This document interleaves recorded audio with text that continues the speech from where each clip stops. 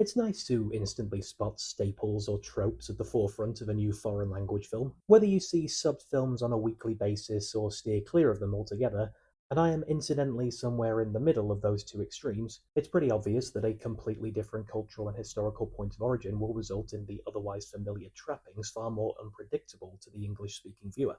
In the case of Black Dog, the familiar trope at the center of the film was a man and his dog.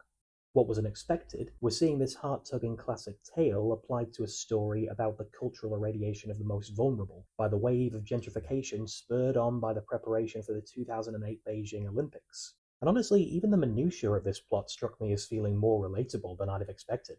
I've lived in London since moving to the city in 2012, mere weeks before our own opening ceremony. Swept up in the spectacle of the ceremony and the games when they started, but even in the build-up, most commentary surrounding the Olympics consisted of light-hearted jabs about how preparations wouldn't be ready in time for the opening.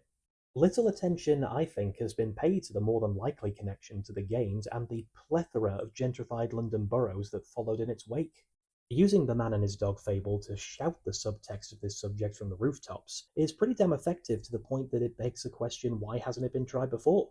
To which I'm sure the answer for many is it has, in which case please share the other examples with me. I'm always happy to discover new films.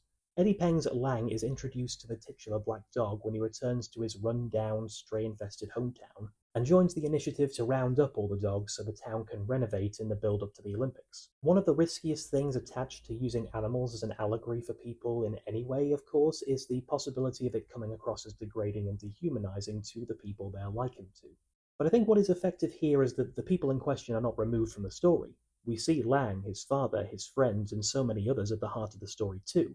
And the addition of the stray dogs only serves to highlight the way in which all these people that we see have been degraded, dehumanized, treated like animals.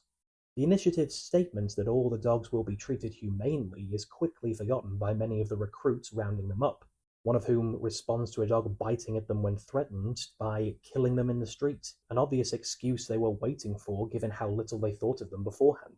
And no stray is considered more deserving of being put down than the black dog, already accused of biting locals and spreading rabies, even earning the ire of Lang for these reasons, before the ex-convict himself, shunned by so many who knew him years ago, can't help but develop a kinship with him.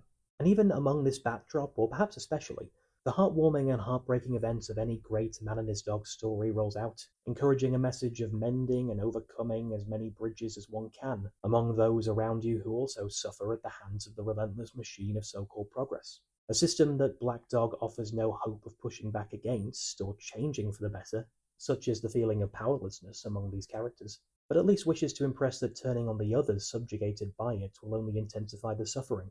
It makes no bones about how often we fail to cross those bridges on a regular basis, but understands that it is difficult given how broken so many of them are, but it recognizes the moments of peace afforded to those who try their best.